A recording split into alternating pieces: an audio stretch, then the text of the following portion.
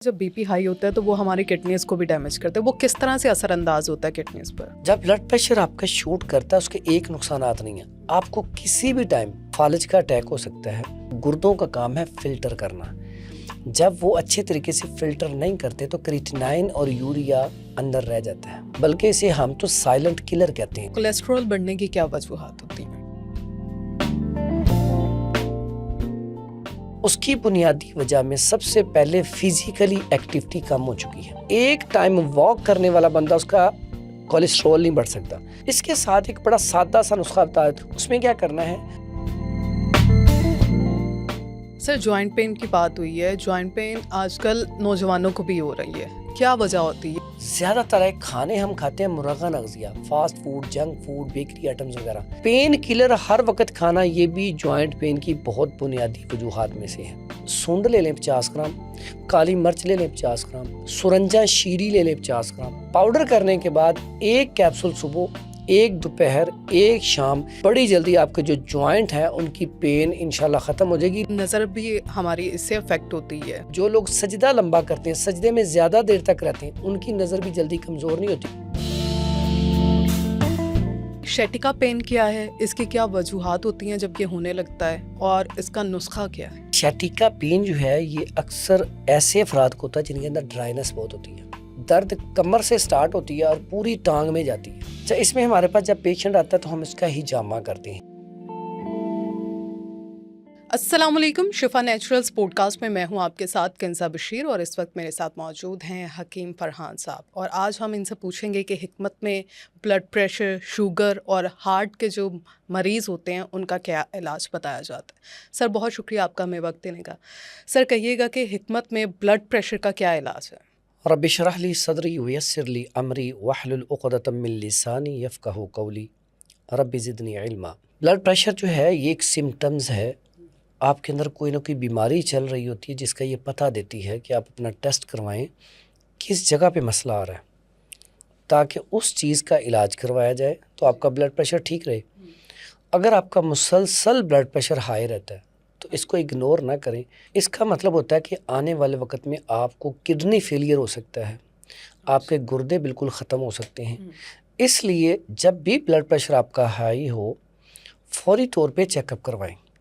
जैसे आप गाड़ी है, आपके पास अगर ऑटोमेटिक गाड़ी है तो आपको लाइट ब्लिंक करना शुरू कर देती है कि इसमें कहीं ना कहीं कोई फॉल्ट आ रहा है, तो आप जाके उसे चेक करवाते हैं किसी अच्छे मैकेनिक को। तो फिर वो बताते हैं, सेंसर लगाते हैं कि आपके इस जगह पे मसला आ रहा है। तो फिर आप जब वो मसला क्लियर हो जाता है तो वो लाइट ब्लिंक करना ख़त्म हो जाती है।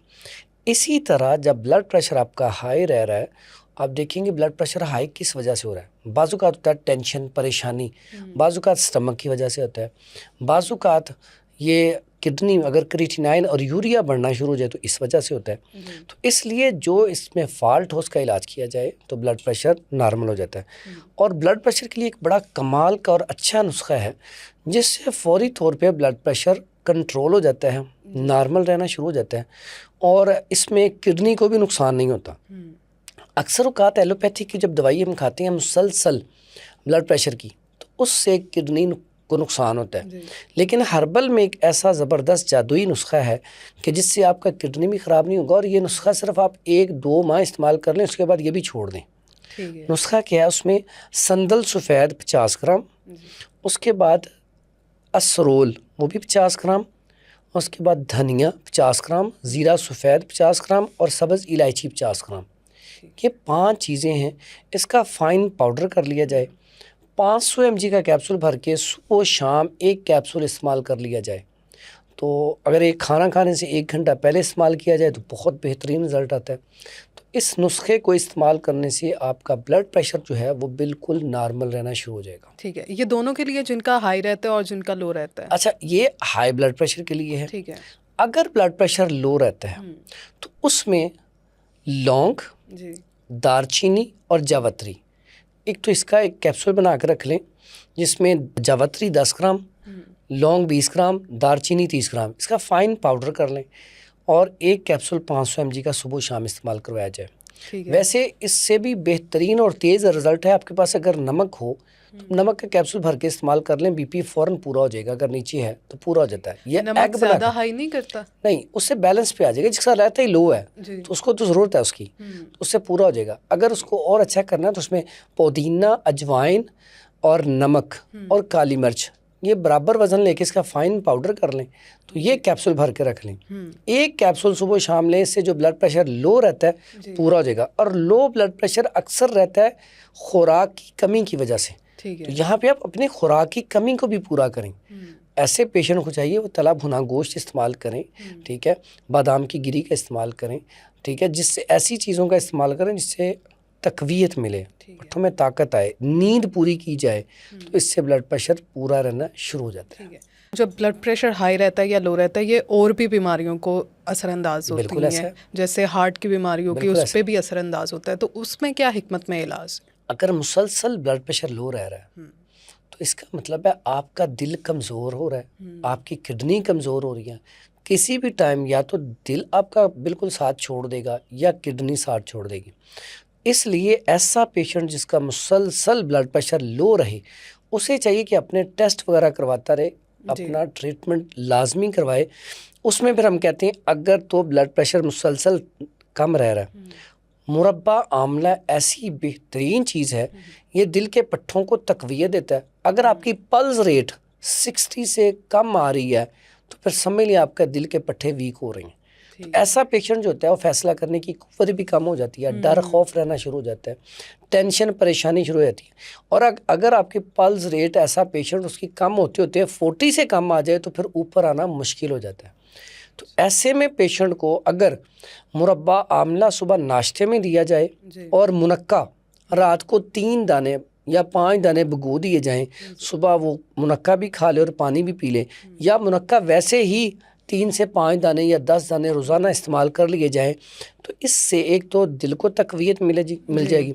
फिर आपका जो पल्स रेट है, जो आपका पल्स रेट कम होता जा रहा है, वो भी ठीक हो जाएगा। प्लस इससे जो आपका जो गुर्दे हैं उनको भी तकवीयत मिलेगी। तीनों चीज़ें बेहतर होना शुरू हो जाएंगी। लेकिन इसमें डाइट जो है, काले चने शोरबे वाले बहुत ज़्यादा अच्छे हैं। इसी तरह ही फ़िश का इस्तेमाल लाजमी करे ऐसा पेशेंट जिसका ब्लड प्रेशर लो रहता है। तो इसी तरह बादाम की गिरी, काजू, पिस्ता, अखरोट ऐसी चीज़ों का इस्तेमाल करें। करेले, मेथी, पालक, साग, इन चीज़ों का इस्तेमाल करेगा तो इससे ब्लड प्रेशर भी पूरा रहेगा और हार्ट बीट भी ठीक रहेगी। अच्छा सर, ये जो आपने हिकमत में नुस्खे बताए हैं, ये दोनों मरीज़ों के लिए जिनका पुराना बीपी का मसला है और जिनका नया होता है? ये दोनों के लिए ही बड़ा बेहतरीन है। एक ऐसा जादुई आपको कहवा बताता हूँ जिसका रिजल्ट इतना कमाल का है। अच्छा, ऐसा कहवा है जो ब्लड प्रेशर लो भी नहीं होने देगा, हाई भी नहीं होने देगा, और दिल की धड़कन, ख़ास करके ऐसे अफराद जिनकी पल्स रेट बहुत तेज़ हो जाती है, दिल की धड़कन कंट्रोल में नहीं रहती, साफ महसूस होता है दिल ठक ठक कर, तो ऐसे पेशेंट अगर ये जादुई लकड़ी का कहवा पिए, उसमें क्या, अर्जुन की छाल, ये सस्ती है, मार्केट से आम मिल जाती है, इसके दरख्त लाहौर में बहुत ज़्यादा लगे हुए हैं। अर्जुन की छाल लेके उसका कहवा बना के इसका इस्तेमाल किया जाए, हल्का सा ठंडा करके उसे इस्तेमाल किया जाए तो कमाल का रिज़ल्ट है। पहली खुराक में फ़र्क पड़ जाता है। और अगर इसको रात को भिगो के सुबह इसका पानी पिया जाए तो ये भी बड़ा मुफीद है। एक तो ब्लड प्रेशर बिल्कुल ठीक रहेगा, ब्लड प्रेशर के साथ साथ जो दिल की धड़कन बहुत तेज़ होती है, बेकाबू हो जाती है, उसके लिए अच्छा। फिर ऐसे हार्ट पेशेंट जिनकी दिल की धड़कन कंट्रोल नहीं होती, उनके लिए तो ये कमाल की चीज़ है। ये मैं समझता हूँ कि दिल के जो मरीज़ हैं ख़ास कर, उनका तो ये डॉक्टर कह लें, मुआलिज कह लें कि अर्जुन की छाल उनका मुआलिज है। अच्छा सर, आपने कहा कि जब बीपी हाई होता है तो वो हमारी किडनीज़ को भी डैमेज करता है, वो किस तरह से असरअंदाज होता है किडनीज़ पर? जब ब्लड प्रेशर आपका शूट करता है उसके एक नुकसानात नहीं है, आपको किसी भी टाइम फालिज का अटैक हो सकता है, ठीक है। अब फालिज के अटैक में अगर आपका बीपी बहुत शूट कर गया तो वो क्या करेगा, आपके अगर राइट साइड का अगर आपका फालिज हुआ है तो उसमें 100% ब्लड प्रेशर शूट करेगा। ब्लड प्रेशर हाई होगा तो ही आपको राइट साइड का फालिज होगा। अब आपको अगर राइट साइड का फालिज होगा तो आपके सोजिश इस जगह पे आएगी, लेफ्ट साइड पे, यहाँ पे क्लॉट आएगा। ठीक है। इसका नुकसान क्या होता है, ब्रेन हैमरेज हो सकता है, आपको फालिज हो गया, पैरालाइज हो गए, तो उससे बाज़-औक़ात बोलना बिल्कुल बंद हो जाता है, ज़ुबान काम करना छोड़ जाती है, हाथ काम करना छोड़ जाता है। तो ये इसका बहुत बड़ा नुकसान है हाई ब्लड प्रेशर का। उसके बाद बात की जाए किडनी की, तो किडनी अगर आप मुसलसल ब्लड प्रेशर आपका हाई रह रहा है तो इससे किडनी जो है वो मुतासर इसलिए होती है कि क्रिएटिनाइन और यूरिया बढ़ना शुरू हो जाता है, क्योंकि क्रिएटिनाइन और यूरिया जब हम यूरिन करते हैं उसके अंदर उसका इखराज होता है। अगर आपके अंदर उसका इखराज जो है वो बंद हो जाए, यानी कि उसकी मिसाल ऐसे ले लें कि एक छानी है आटा छानने वाली, हम आटा छान रहे हैं, अब वो छानी बंद हो गई है तो आटा तो छान नहीं रहा, तो छानी बंद हो जाएगी। इसी तरह गुर्दों का काम है फ़िल्टर करना, जब वो अच्छे तरीके से फ़िल्टर नहीं करते तो क्रिएटिनाइन और यूरिया अंदर रह जाता है, जब वो अंदर रहता है तो आहिस्ता आहिस्ता डैमेज करता है गुर्दों को, ठीक है। अब कुछ लोग होते हैं उनके गुर्दे सुकेड़ में आना शुरू होते हैं, इन्फेक्शन हो जाती है, बाज़ औक़ात प्रोटीन ज़्यादा आना शुरू हो जाती है, यूरिया बढ़ जाता है। फिर इससे नुकसान क्या होता है, EGFR कम होना शुरू हो जाता है, यानी कि गुर्दे अपनी टोटल वर्किंग कम करना शुरू कर देते हैं। तो इसलिए ब्लड प्रेशर जो है इसका कंट्रोल होना ज़रूरी है। अगर इसका कंट्रोल नहीं किया जाएगा तो आज नहीं किसी ना किसी वक्त ये गुर्दों को नुकसान दे सकता है। तो इसलिए एहतियाती तौर पे जब ब्लड प्रेशर हो इसे आम ना समझें, बल्कि इसे हम तो साइलेंट किलर कहते हैं कि ये आहिस्ता आहिस्ता इंसान को तबाह कर देता है, ठीक है। तो इसलिए इसका फौरी तौर पे इलाज किया जाए तो बहुत बड़ी बड़ी बीमारियों से हम बच सकते हैं। कोलेस्ट्रॉल बढ़ने की क्या वजूहात होती हैं? कोलेस्ट्रॉल बढ़ने की आजकल वजूहात बड़ी सादा सी हैं। देखिए, अगर कुछ अरसा पीछे जाएं 20-30 साल पहले तो कोलेस्ट्रॉल बहुत कम लोगों को होता था, बल्कि दिल का अटैक भी बहुत कम लोगों को होता था, ठीक है। और जब हॉस्पिटल बना था पंजाब कार्डियोलॉजी दिल का हॉस्पिटल, तो बाकायदा ऐड लगा के वो कहते थे कि कोई मरीज़ है पाकिस्तान में जिसका दिल का इशू हो तो वहाँ पे आ जाए, यहाँ पे हॉस्पिटल बना है तो यहाँ से ट्रीटमेंट करवाएं। तो आज अलमिया ये है कि वहाँ पे 6-6 दिन 10-10 दिन आपको बेड ही नहीं मिलता, टाइम ही नहीं मिलता, इतना ज़्यादा रश हो गया। उसकी बुनियादी वजह में सबसे पहले फ़िज़िकली एक्टिविटी कम हो चुकी है। पहले लोग पैदल बहुत ज़्यादा चलते थे, छोटा मोटा काम है पैदल ही जाते थे, ठीक है। और साथ ही साथ फ़िज़िकली गेम्स, लोग फुटबॉल, कबड्डी, कुश्ती, और हमारे स्कूल्स में भी ये चीज़ें होती थी। बाकायदा इसका एक पीरियड्स होता था जिसमें पीरियड में ये चीज़ें गेम्स सिखाई जाती थी, खिलाई जाती थी। उससे क्या होता था, फ़िज़िकली एक्टिविटी से आपका जो खून की सर्कुलेशन है वो ठीक रहती है, खून गाढ़ा नहीं होता, फैट आपकी नहीं बनती। आज क्या हो गया कि हम सुबह नाश्ता किया पराठे का या नान चनों का, ठीक है, या एग्स लिए, अपने फ्राई अंडा साथ पराठे ले लिए। अब हुआ कि नाश्ता इतना हैवी करके तो हम जाके बैठ जाते हैं, पूरा दिन हमारा काम बैठने का है, दोपहर को फिर खाना खा लेते हैं। जुल्म ये करते हैं हमने, अब खाने का सिस्टम पता क्या लगा, टाइम हो गया, भूख लगी या नहीं लगी खाना खा लें। हालांकि ऐसा नहीं है, पहले भी खाना 2 टाइम होता था, ठीक है। तो खाना जो है जब आपको सही भूख लग जाए तब खाना खाएं, और खाना फिर भी कम खाएं। कितना खाना खाएं, जैसे आप कुरान मजीद में देखते हैं कुलू वशरबू वला तुसरिफू, आयत है इसके ऊपर कि खाओ पियो लेकिन हद से तजावज़ ना करो, इसराफ ना करो, ज़्यादा ना खाओ। फिर उसके बाद इसके बारे में हदीस है कि जब खाना खाने बैठें तो एक हिस्सा खाना, एक हिस्सा पीना और एक हिस्सा खाली छोड़ दें मैदे का। अब हम क्या करते हैं, मैदे का खाली हिस्सा एक छोड़ने की बजाय हम तो इतना भी नहीं छोड़ते कि बाद में कोई दवाई खानी पड़ जाए तो इतनी जगह भी नहीं होती कि दवाई खा लें। ये सबसे पहला काम करें, खाना जो है एतदाल के साथ खाएं और खाना कम खाएं, जब आपको भी भूख रहती हो तो बंद कर दें, ठीक है। उसके बाद ऐसे अफराद जिनका काम सिर्फ बैठने का है वो खाना ऐसी चीज़ें इस्तेमाल करें जिनके अंदर कैलोरीज हों लेकिन फ़ैट कम हो, ठीक है।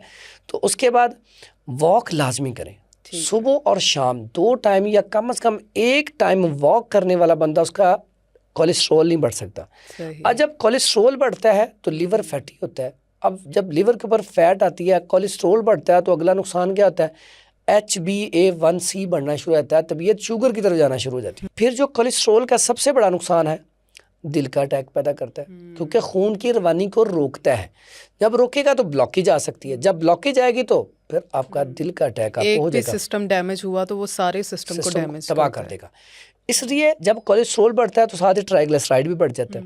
LDL, HDL, ये सारे इसकी जो सिस्टम है वो सारा आउट हो जाता है। जी इसलिए कोलेस्ट्रोल का इलाज फौरी तौर पे वॉक, एक्सरसाइज और सब्जियाँ, जी फल और सलाद। ठीक है। इसके साथ एक बड़ा सादा सा नुस्खा बता देता हूँ, बड़ा कमाल का नुस्खा है, फौरी तौर पे रिजल्ट मिल जाएगा।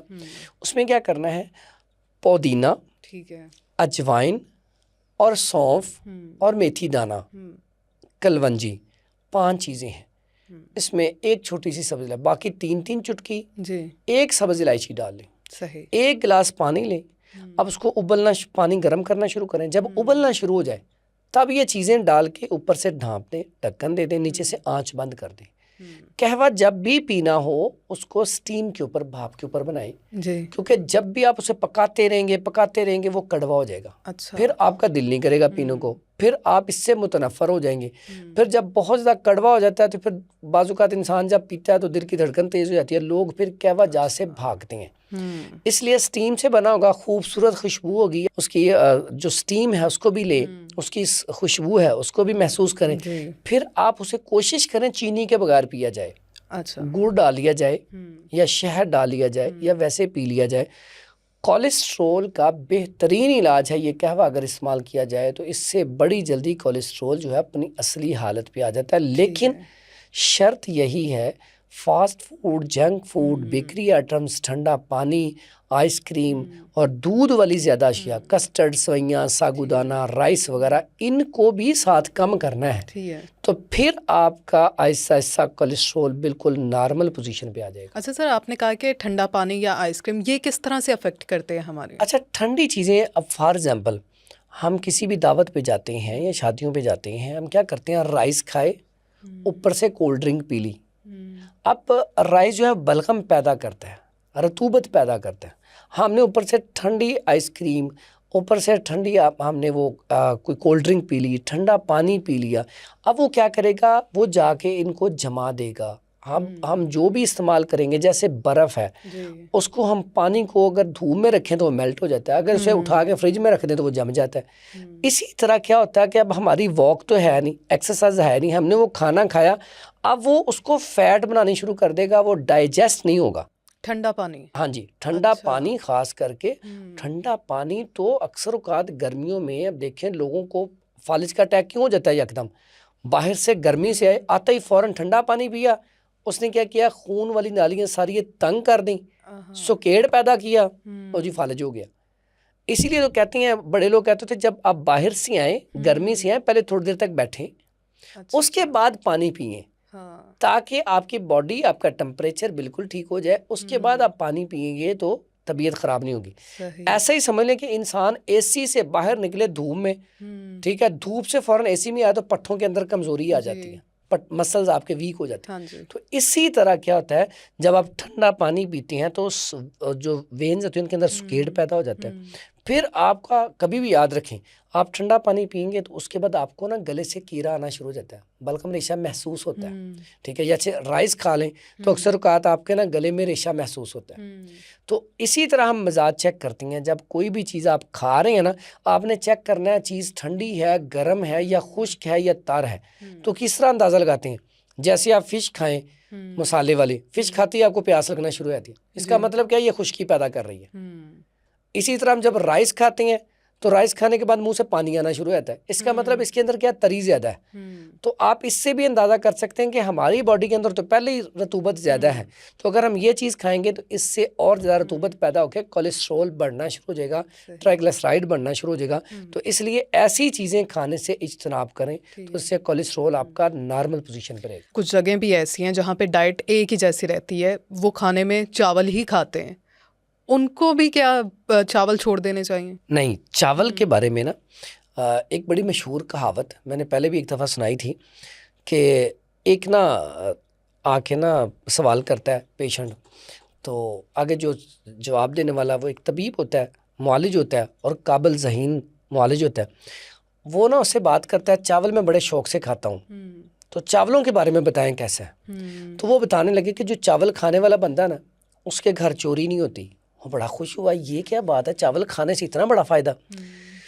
फिर वो कहता है, जो चावल खाता ना, उसे कभी भी कुत्ते नहीं पड़ते, वो और उसे तजस्सुस आया।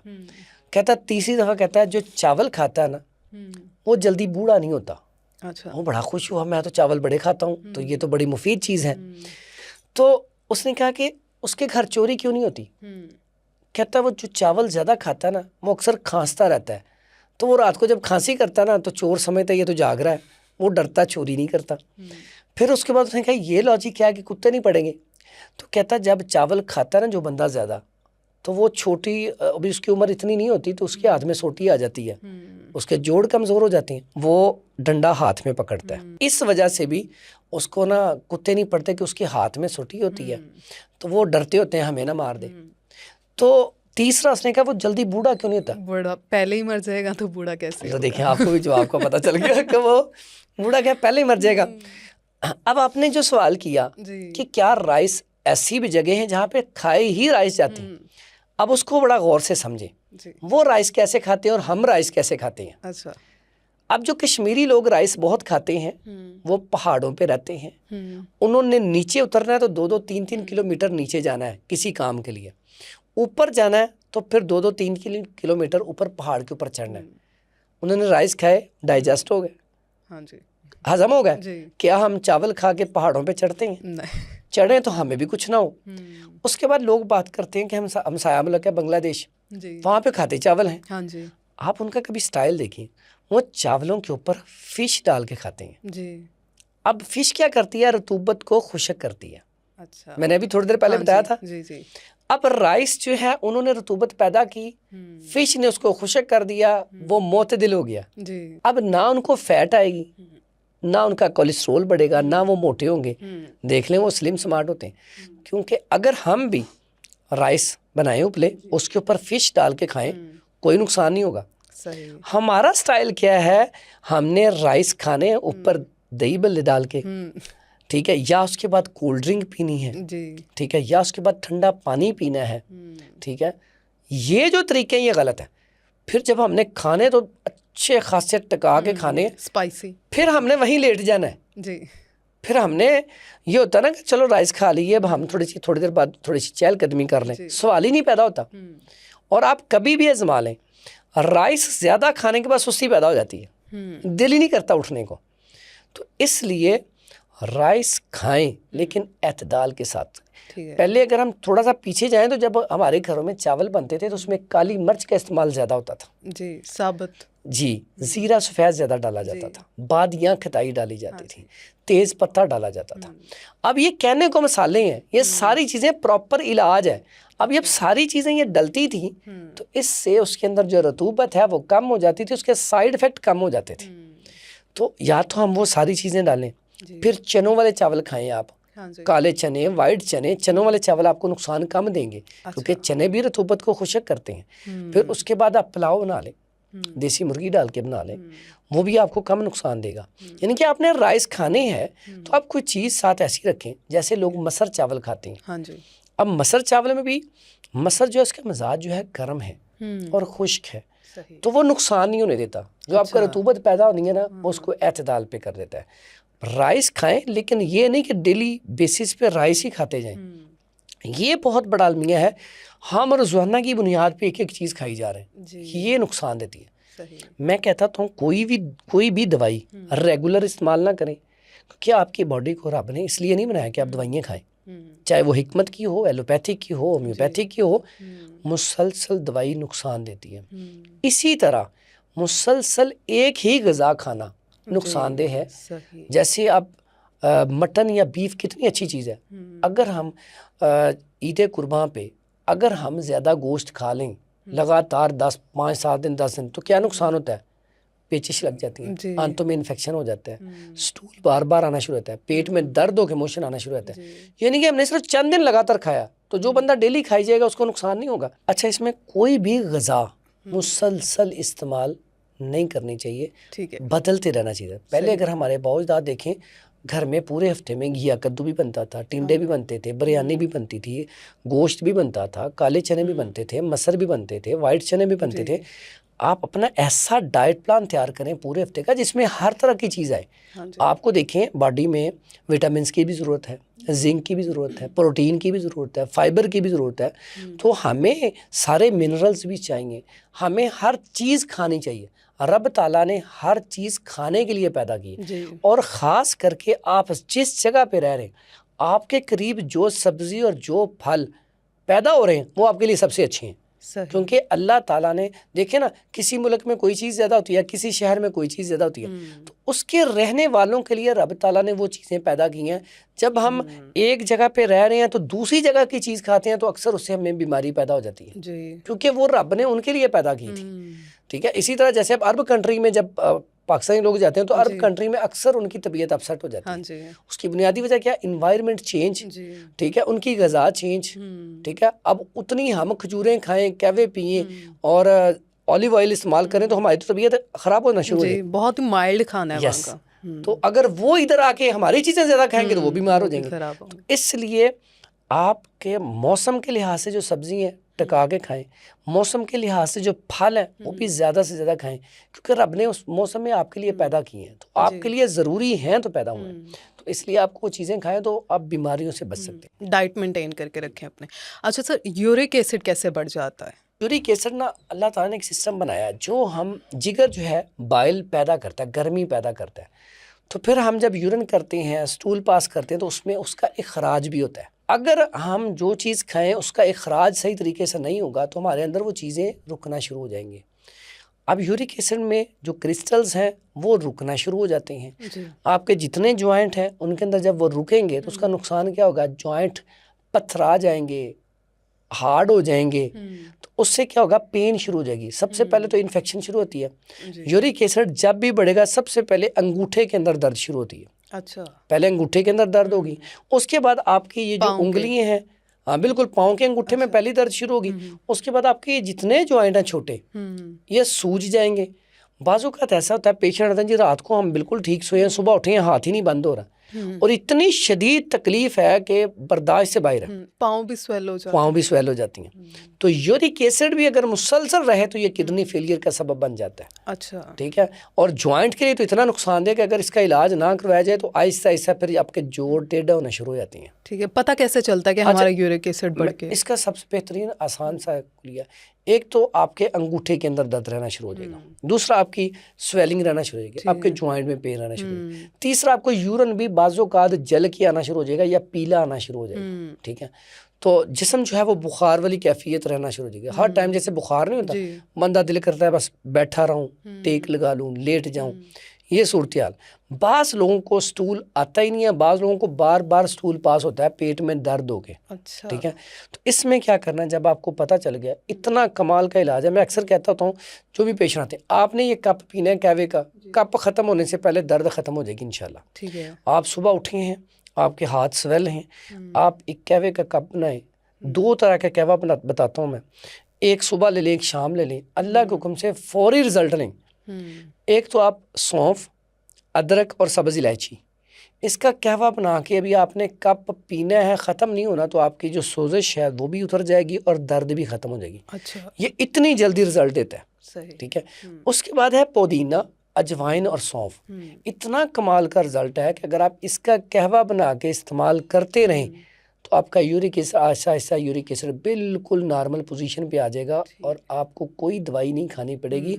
ये जादुई कहवा है जो यूरिक एसिड को फौरी तौर पे ख़त्म करता है। सर, जॉइंट पेन की बात हुई है। जॉइंट पेन आजकल नौजवानों को भी हो रही है, कमर में दर्द रहती है, उसकी शिकायत भी रहती है। क्या वजह होती है, क्यों जॉइंट पेन जो है नौजवानों में भी अब आना शुरू हो गया? जॉइंट पेन की बुनियादी वजूहात में मैंने आपको पहले भी बताया, एक लफ्ज़ फिज़िकली एक्टिविटी कम है, ज़्यादातर खाने हम खाते हैं मुरगन अग़ज़िया, fast food, junk food, bakery items वगैरह।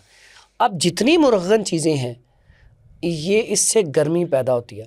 गर्मी से फिर क्या होता है कि आपके अंदर जो ये जितने भी जॉइंट हैं इनके अंदर जब खुश्की बढ़ेगी तो इनके अंदर ड्राइनेस आएगी। जब ड्राइनेस आएगी तो ये पथराना शुरू कर देंगे, इनके अंदर से जो फैलूड है, ग्रीस है, वो ख़त्म होना शुरू हो जाएगी, लचक ख़त्म होना शुरू हो जाएगी तो दर्द शुरू हो जाएगी। फिर छोटी छोटी बात पे हम पेन किलर खाते हैं। पेन किलर हर वक्त खाना ये भी जॉइंट पेन की बहुत बुनियादी वजूहात में से है। ठीक है। अब जॉइंट पेन हो गई, उसके लिए करना क्या चाहिए?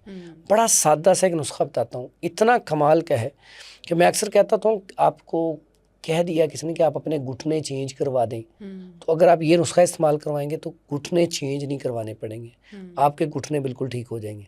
नुस्खा क्या? उसमें सूंड ले लें 50 ग्राम, काली मिर्च ले लें 50 ग्राम, सुरंजा शीरी ले लें 50 ग्राम, असगंधना गोरी ले लें 50 ग्राम, सारी चीज़ों का फाइन पाउडर कर लें।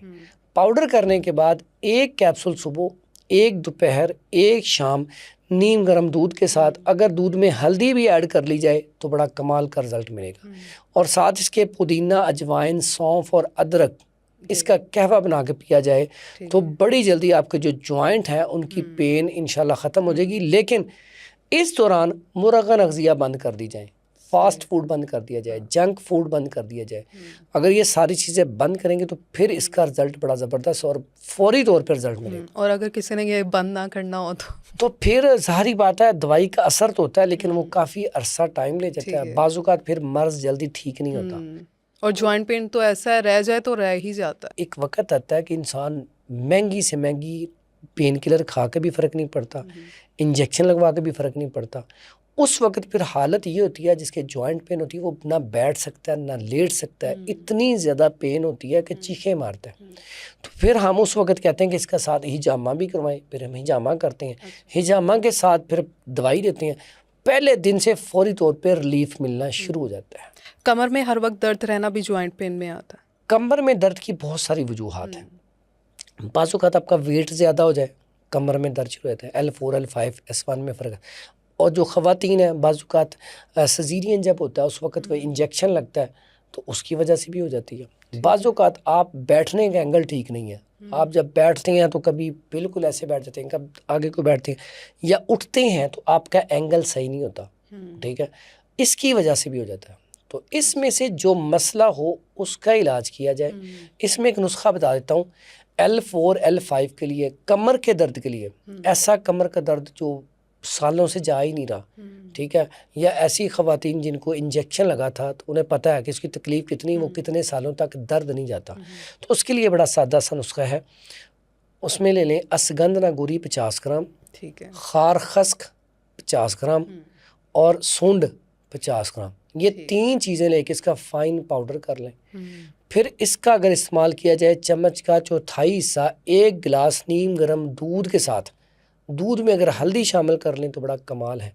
तो ये नुस्खा इस्तेमाल करने से कमर की दर्द पहले दिन में बड़ा फ़र्क पड़ जाएगा। इसके साथ साथ एक होती है कमर की दर्द चुक पड़ जाना। अगर आप उठे हैं तो वज़न उठाया तो चुक पड़ गई है, तो चुक का इलाज एक खुराक से, पहली खुराक से ही फ़र्क पड़ जाता है। चुक का इलाज 1 दिन में आप कर सकते हैं। करना क्या है, आप अदरक ले लें, अदरक का पाउडर कर लें, आधा चम्मच सुबह, दोपहर, शाम नीम गर्म दूध के साथ खा लें, आपकी चुक एक ही दिन में अल्लाह के हुक्म से ठीक हो जाएगी। सही। नहीं तो चुक पड़ जाए ना तो इंसान ना उठ सकता है, ना हिल सकता है, ना बैठ सकता है।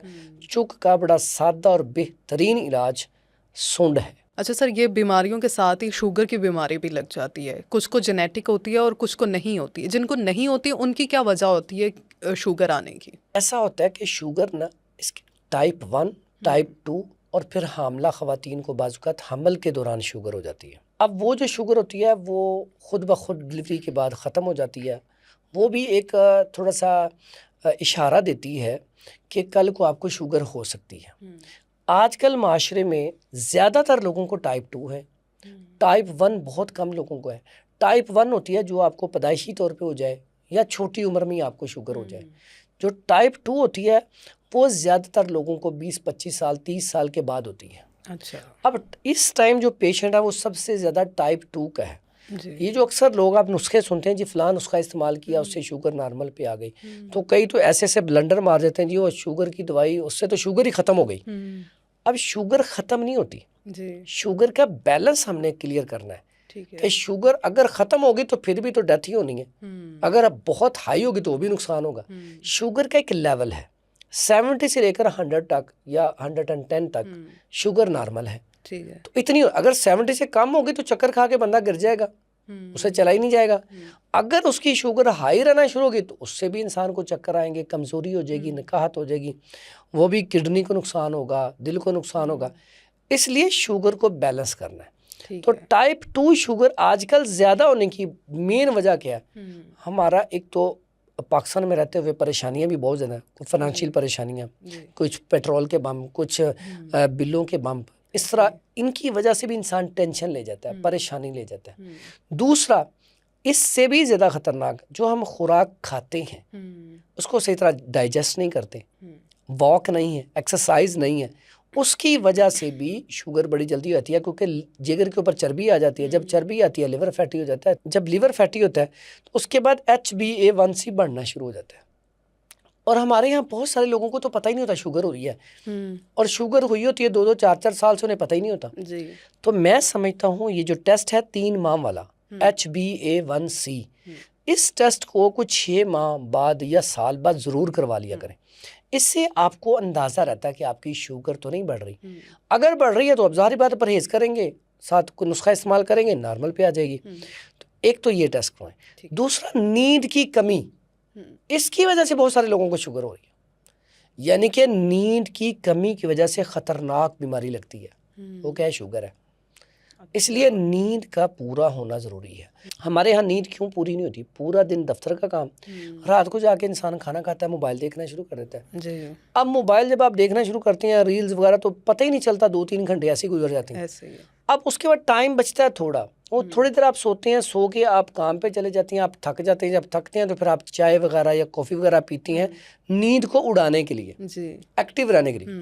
लेकिन वो एक्टिव तो करती हैं, लेकिन वो आहिस्ता आहिस्ता हड्डियों को कमज़ोर कर देती हैं, तबीयत शुगर की तरफ ले जाती हैं। अच्छा। तो इसलिए ऐसी चीज़ें कभी नहीं इस्तेमाल करनी चाहिए जानबूझ के जिससे नींद उड़ाई जाए। फिर ऐसे पेशेंट आते हैं जो इतनी इतनी दवाइयाँ खाती हैं नींद के लिए, तो इसलिए पहले नींद को उड़ाएं ना। कभी भी सोने के लिए भी दवाई इस्तेमाल नहीं करनी चाहिए, उठने के लिए भी नहीं करनी चाहिए। खुद से आपको नींद आए, खुद से जाग आए, ये बेहतरीन तरीका, और इससे आपके अंदर बीमारियां नहीं आएंगी। अच्छा। अगर आप सोने के लिए भी कोई दवाई खा रहे हैं ना, तो आपके दिल को भी कमज़ोर करेगी, शुगर भी पैदा करेगी। उठने के लिए खा रहे हैं तो उसको भी दिल भी कमज़ोर करेगी, शुगर भी पैदा करेगी। इसलिए नींद का पूरा करना ज़रूरी है। फिर आपकी जो डाइट है वो बैलेंस होनी चाहिए, और बैलेंस डाइट माँ के हाथ की या बीवी के हाथ के खाने, क्योंकि घर के खाने होंगे तो ज़ाहिर बात है घर के खानों में सब्जियां भी बनेंगी, हर चीज़ होगी। अगर आप हर रोज़ बाहर के खाने खा रहे हैं, बिरयानियाँ खा रहे हैं, फास्ट फूड, जंक फूड खा रहे हैं, तो फिर आपको शुगर होने से कोई नहीं रोक सकता। या शुगर होगी, या ब्लड प्रेशर होगा, या हार्ट अटैक होगा, आपको कोई ना कोई बड़ी बीमारी ज़रूर लगेगी। तो इसमें शुगर का इलाज बड़ा सादा है। अगर शुगर होगी, आपको पता चल गया शुगर आपकी हाई आ रही है, तो उसके लिए सादा सा नुस्खा है।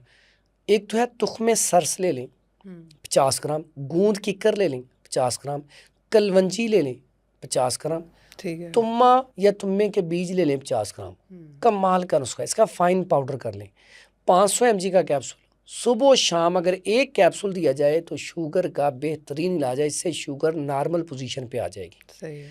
उसके बाद अगर पनीर डोडी भी रात को भिगो के 2-3 दाने सुबह उसका पानी पी लिया जाए तो इससे भी शुगर नॉर्मल पोजीशन पे रहना शुरू हो जाती है। ठीक है। कुछ पेशेंट ऐसे हैं जिनको जब हमने सुबह के टाइम पे नीम के पत्ते 2-3 और 2-3 काली मिर्च चबाने का कहा, तो उससे भी उनकी शुगर बिल्कुल नॉर्मल पोजीशन पे आना शुरू हो गई। अब ये सारे टाइप 2 में फ़ायदा क्यों करते हैं? टाइप 2 में खून की सर्कुलेशन बेहतर होती है। जब खून की सर्कुलेशन बेहतर हो जाती है तो फैट कम होना शुरू हो जाती है। जब आपका वेट कम होता है, जिगर के ऊपर चर्बी कम होती है, तो HbA1c खुद ब खुद बेहतर होना शुरू होता है और शुगर नॉर्मल पे आ जाती है। इसमें वॉक ना भूलें। जब शुगर हो जाए तो मीठा इस्तेमाल करना बंद कर दें, नहीं तो आज नहीं तो कल आपका किडनी फेलियर ज़रूर होगा। अक्सर लोग क्या करते हैं यहाँ पे गलती, कोई भी मीठी चीज़ खा ली, जाके ऊपर से टैबलेट खा ली एक शुगर की, कोई बात नहीं, इंसुलिन का इंजेक्शन तो लगवाना ही है, खाओ जो मर्जी। ये चीज़ उन्हें तबाह कर देती है। ऐसा कभी भी ना करें। आप पहली कोशिश ये करें कि मीठा बंद करें और दवाई के बगैर आपकी तबीयत ठीक रहे, आपको मेडिसिन ना खानी पड़े। अगर आप शुगर और ब्लड प्रेशर की दवाई लगातार खाते रहेंगे तो जितने भी पेशेंट, कभी आप एक्सपेरिमेंट कर लें, PKLI में जाएं, जो किडनी का हॉस्पिटल बना है। अब किडनी का हॉस्पिटल की बात सुन लें, कुछ अर्सा पीछे जाएं तो हॉस्पिटल खाली होता था, बहुत कम पेशेंट होते थे। तो आज वहाँ पे भी 6-6 माह टाइम नहीं मिलता, इतना किडनी का मरीज़ हो चुका है। तो आप वहाँ पे जब जाएंगे तो आप चेक करेंगे, आपको पता चलेगा इसमें सबसे ज़्यादा पेशेंट वो हैं जो शुगर और ब्लड प्रेशर की दवाई मुसलसल खाते आ रहे थे, कोई 10 साल से, कोई 15 साल से, कोई 20 साल से। तो उसके बाद एंड क्या होता है? Kidney failure. तो इसलिए दवाइयों से बचें। मैंने आपको पहले भी बताया था, ग़ज़ा भी मुसलसल एक खाएं तो नुकसान देती है। अगर दवाई भी मुसलसल आप कोई ना कोई खाते रहें तो वो आपकी एक मर्ज़ को बेहतर करके 2-4 मर्ज़ ज़रूर लगा देती है। इसलिए दवाइयों से बचना चाहिए। ये शुगर के जो नुस्खे मैंने बताए इस्तेमाल किए जाएँ तो बेहतरीन है। एक आपको नुस्खा और बताता हूँ, ये बड़ा फेमस है, बहुत सारे लोग इस्तेमाल करते हैं। इंदर जो तलख 50 ग्राम, बादाम की गिरी 50 ग्राम और भुने चने 50 ग्राम। इसका भी फाइन पाउडर करके रख लें, 1000 mg का कैप्सूल भर के सुबह शाम खाएं तो बहुत सारे लोगों को इससे बड़ी जल्दी फ़ायदा हुआ है। इससे शुगर नॉर्मल आ गई। फिर उसके बाद शुगर वाला पेशेंट जो है उसे चाहिए वो सब्जियों का इस्तेमाल करे ज़्यादा, और उसमें बकरा देसी मुर्गी डाल सकता है थोड़ी बहुत, और जौ की रोटी इस्तेमाल करें, जौ का दलिया इस्तेमाल करें। जौ का दलिया और जौ की रोटी शुगर का बेहतरीन इलाज है। सही। अच्छा सर, शुगर हो जाए तो उसको कंट्रोल किया जा सकता है, ख़त्म नहीं किया जा सकता? मैंने आपको पहले एक बात बताई थी, शुगर कंट्रोल ही करते हैं, ख़त्म नहीं करते। शुगर ख़त्म हो जाए तो बंदे की डेथ हो जाती है। अच्छा, देखिए वॉल्यूम बताया जाता है। मैंने आपको पहले शुरू में यही बताया कि 70 से लेकर 110 तक या 100 तक शुगर होनी चाहिए। अगर 70 से कम आएगी तो बंदा चक्कर खा के गिर जाएगा। तो अगर आप ख़त्म ही कर देंगे, ज़ीरो पे ले आएंगे, तो बंदा तो ख़त्म हो जाएगा। बिल्कुल। इसलिए शुगर को नॉर्मल रखना पड़ता है, ना ये ज़्यादा हो ना ये कम हो। तो ये फिटनेस लेवल है। आम हम जो फिट लोग हैं उनका भी बैलेंस बिल्कुल ठीक है तो वो फिट है। ऐसा नहीं कि उनके अंदर शुगर नहीं है। अगर उनके अंदर शुगर नहीं होगी तो वो तो सरवाइव ही नहीं कर सकते। शुगर का एक लेवल है, उस लेवल को सेट करना है हमने, ना कि शुगर को ख़त्म करना है। अच्छा, ठीक है। शुगर हाई भी नहीं करनी, ख़त्म भी नहीं करनी। शुगर जो है दिल पे भी असर करती है, दिल की शरियानें बंद हो जाती हैं, वॉल्स बंद हो जाते हैं। सिर्फ शुगर ही इसकी वजह होती है या कोई और भी वजह? शुगर भी बहुत बड़ी बुनियादी वजह है। शुगर क्या करती है? आपके आसाब को कमज़ोर करती है, पट्ठों को कमज़ोर करती है। जब आपको मुसलसल शुगर रहती है तो इससे दिल कमज़ोर होना शुरू होता है, फैसला करने की कुव्वत कम होना शुरू होती है, डर खौफ रहना शुरू होता है, असाबियत हो जाती है, कुव्वत में कमी आ जाती है। तो ये सारी चीज़ें क्या करती हैं? जब सारी चीज़ें आ जाती हैं तो आपकी जो असाबी निज़ाम एक्टिव हो जाता है, जिससे आपके जो सिस्टम है वो स्लो हो जाता है, खाना भी अच्छे तरीके से डाइजेस्ट नहीं होता। जब आपकी ग़ज़ा आपको जुज़्वे बदन नहीं बनेगी तो उसका नुकसान क्या होगा? दिल, दिमाग, जिगर, ये तीनों अज़ाए राइसा हैं जिनके ऊपर हमारा जो सिस्टम बॉडी का है वो चल रहा है। तो जब ये कमज़ोर होंगे तो इससे क्या होगा? आपका दिल, दिमाग, जिगर, अब इसको ग़ज़ा अच्छे तरीके से नहीं मिल रही तो दिल भी कमज़ोर हो गया, दिमाग भी कमज़ोर हो गया और जिगर भी कमज़ोर हो गया। तो इससे दिल जो है वो कमज़ोर होता है, बाज़ों का दिल का अटैक हो जाता है। तो इसलिए शुगर नॉर्मल पे रहनी ज़रूरी है, नहीं तो ये दिल को भी नुकसान देती है। नज़र भी हमारी इससे अफेक्ट होती है, उसके लिए क्या नुस्खा है? अच्छा, ऐसा होता है कि एक होता है शुगर पेशेंट, उसकी नज़र वीक होती है। मैंने आपको बताया कि उसका असाबी निज़ाम सारा स्लो हो जाता है, कमज़ोरी आ जाती है, जिसकी वजह से नज़र के ऊपर भी इफेक्ट पड़ता है। अक्सर औकात क्या होता है कि जब शुगर ज़्यादा हाई हो तो फौरी तौर पे नज़र जो है यकदम कम हो जाती है। तो इसलिए वहाँ पे शुगर को हम बैलेंस करेंगे। शुगर आपकी नॉर्मल रहेगी तो आपकी आइज़ जल्दी, आपकी आंखें ख़राब नहीं होंगी, आपकी नज़र वीक नहीं होगी। अगर आपकी वैसे ही नज़र वीक हो गई है या शुगर पेशेंट है तो नज़र की जो कमज़ोरी है उसका बड़ा बेहतरीन इलाज है, ज़मज़म का पानी लें। अगर वो 60 ml आप लेते हैं तो उसमें 2 चुटकी नमक डाल लें, वाइट वाला, वो डाल के ये जो नुस्खा इसको मिक्स करके रख लें। रोज़ाना दोनों साइडों पे एक एक कतरा डालते रहें। इससे क्या होगा? आपकी नज़र जो है वो वीक नहीं होगी। ठीक है। उसके बाद अगर शुगर पेशेंट है तो वो तो आंवला, भेड़ा और हरड़। आंवला 100 ग्राम, इसका सिर्फ छिलके लेने, भेड़ा 50 ग्राम और हरड़ 50 ग्राम, इसके भी छिलके लेने, पाउडर करके रख लें।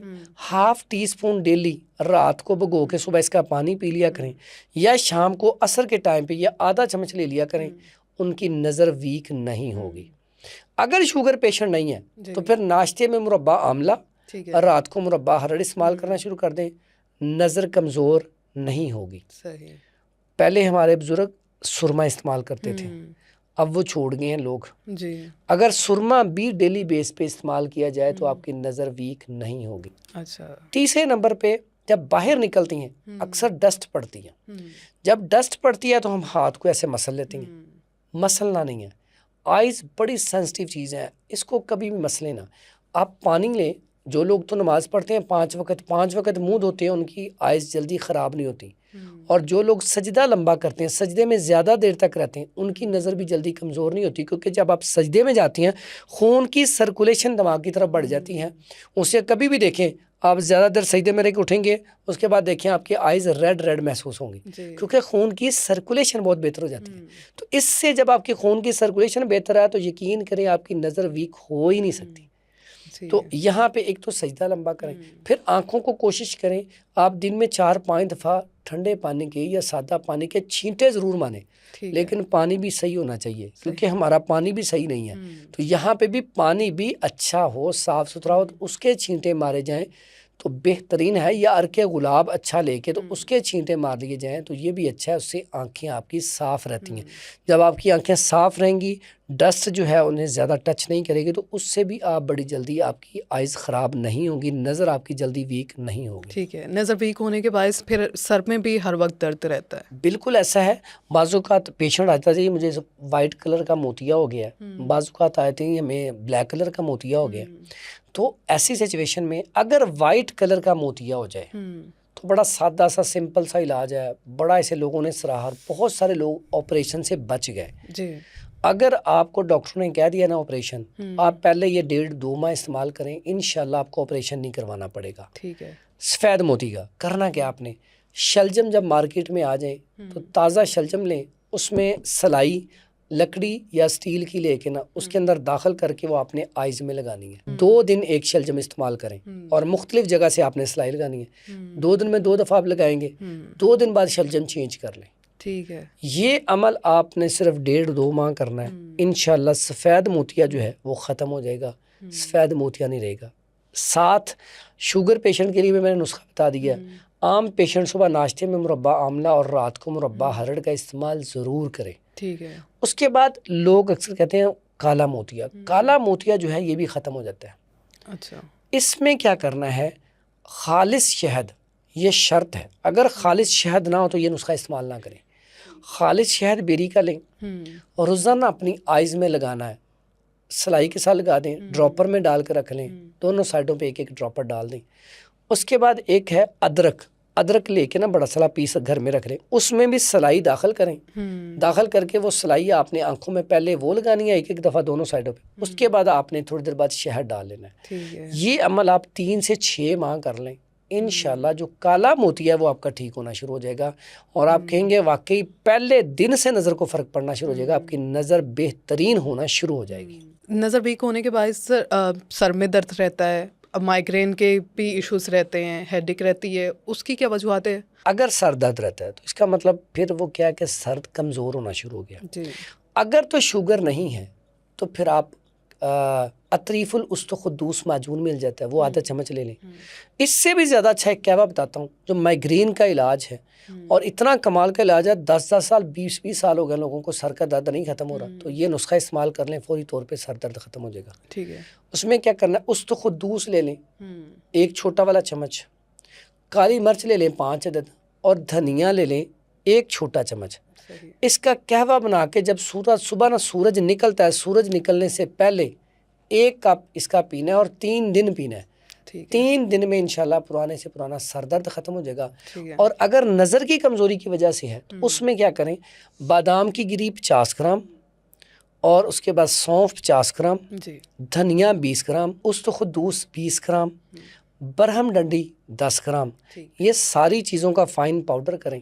इसमें फिर कूज़ा मिश्री डाल लें थोड़ी सी, तो ये इसके कैप्सूल 1000 mg के भर लें या चम्मच का चौथाई हिस्सा सुबह शाम खाना शुरू कर दें। इंशाल्लाह अल्लाह के हुक्म से दिमाग को भी तेज़ करेगा, आइज़ के लिए भी बेहतरीन है, सर दर्द के लिए भी बेहतरीन है, कमज़ोरी के लिए भी बेहतरीन है। ये नुस्खा खाने से सर की दर्द ख़त्म हो जाएगी। लेकिन साथ जो आइज़ का मसला है, अगर आपकी वीक है तो या तो ग्लासेस लगवाएं, नहीं तो जो नुस्खे मैंने बताए वो इस्तेमाल करें। आहिस्ता आहिस्ता आपकी जब आइज़ ठीक हो जाएगी, सर दर्द ख़त्म हो जाएगा। सर ये शैटिका पेन क्या है, इसकी क्या वजूहात होती हैं जब ये होने लगता है और इसका नुस्खा क्या है? शैटिका पेन जो है ये अक्सर ऐसे अफराद को होता है जिनके अंदर ड्राइनेस बहुत होती है, खुश्की बहुत होती है। अक्सर ऐसे पेशेंट को कॉन्स्टिपेशन रहती है, स्टूल सही नहीं आता, 2-2 3-3 दिन बाद का स्टूल नहीं आता, अगर आता है तो वो भी हार्ड आता है, सख्त आता है। तो ये सबसे बड़ी बुनियादी वजह। और ये ऐसे पेशेंट जो चाय का इस्तेमाल बहुत ज़्यादा करते हैं, कॉफ़ी का इस्तेमाल बहुत ज़्यादा करती हैं, ठंडा पानी बहुत ज़्यादा पीती हैं और बेकरी आइटम का इस्तेमाल बहुत ज़्यादा करती हैं, फास्ट फूड जंक फूड का इस्तेमाल बहुत ज़्यादा करती हैं, मुरगन अगज़िया का इस्तेमाल बहुत ज़्यादा करते हैं, तो उनको ये दर्द अक्सर होती है। अच्छा, इस अब शैटिका पेन जब होती है, इसकी तकलीफ़ बड़ी ख़तरनाक होती है। ये दर्द कमर से स्टार्ट होती है और पूरी टांग में जाती है। बाज़ुकात ये राइट साइड पे हो जाती है, बाज़ुकात ये लेफ़्ट साइड पे हो जाती है और इसकी पेन शदीद होती है, इतनी शदीद होती है कि बाज़ुकात चला भी नहीं जाता। जब हमारे पास पेशेंट आते हैं, उन्हें उठा के लेके आती हैं और चीखें इतनी ज़्यादा होती हैं कि वो बेसाख्ता चीखें मुँह से निकल रही होती हैं। इसका जब स्टार्टिंग में ही मसला बने तो फ़ौरी इलाज करवा लें, नहीं तो ये ख़तरनाक मर्ज़ है। अच्छा, इसमें हमारे पास जब पेशेंट आता है तो हम इसका हिजामा करते हैं। हिजामा में इसका बड़ा बेहतरीन इलाज मौजूद है। अगर इसका हिजामा करवाया जाए तो उससे ये मर्ज़ बड़ी जल्दी चला जाता है। साथ एक नुस्खा है, अगर वो नुस्खा साथ बना लें तो वो उसकी एक टैबलेट सुबह और एक शाम खिलाएं तो इससे फ़ौरी तौर पे रिलीफ मिलना शुरू हो जाता है। वो नुस्खा क्या है? उसमें मुसब्बर ले लें, ठीक है, 50 ग्राम। उसके बाद तुम्मा ले लें 50 ग्राम। उसके बाद सुरंजा शीरी ले लें 50 ग्राम। तीनों चीज़ें लेके इसका फ़ाइन पाउडर कर लें, ठीक है। पाउडर करने के बाद 500 mg का कैप्सूल भर लिया जाए। एक कैप्सूल रोज़ाना सुबह और शाम ताज़ा पानी या नीम गर्म पानी के साथ इस्तेमाल करवाया जाए तो इससे बड़ी जल्दी रिलीफ मिलता है, ठीक है। उसके बाद रोगने बादाम या कैस्टर ऑयल 1 चम्मच 1 कप गर्म पानी में रात को खाने के 2-3 घंटे बाद इस्तेमाल किया जाए तो इससे कॉन्स्टिपेशन भी ख़त्म होगी, साथ ही ड्राइनेस ख़त्म होगी। दूध में भी ले सकते हैं, ड्राइनेस भी ख़त्म होगी। इससे बड़ी जल्दी फ़र्क पड़ जाता है, शैटिका पेन जो है बड़ी जल्दी ठीक हो जाती है। उसके अलावा दूध के अंदर देसी घी डाल के, थोड़ी सी हल्दी डाल के अगर ये भी रोज़ाना की बुनियाद पे पिया जाए तो इससे ड्राइनेस भी ख़त्म होगी, खून की सर्कुलेशन भी बेहतर होगी और शैटिका पेन का बेहतरीन इलाज है। इससे शैटिका पेन आहिस्ता आहिस्ता ख़त्म हो जाएगी। इसमें जो ग़िज़ा देनी है वो सब्ज़ियाँ, फल और सलाद। जो कहवा देना है वो है पुदीना, अजवाइन, सौंफ, अदरक और सब्ज़ इलायची। इसका कहवा बना के दिन में 2-3 मरतबा इस्तेमाल किया जाए तो शैटिका पेन पहले दिन से ही इंशाल्लाह उसमें फ़र्क पड़ जाएगा, दर्द कम होना शुरू हो गया और कुछ अरसे में ही ये बीमारी इंशाल्लाह ख़त्म हो जाएगी। ठीक हो गया। इसी के साथ नाज़रीन, आज के पॉडकास्ट से मुझे दीजिए इजाज़त। अल्लाह ने के बाद।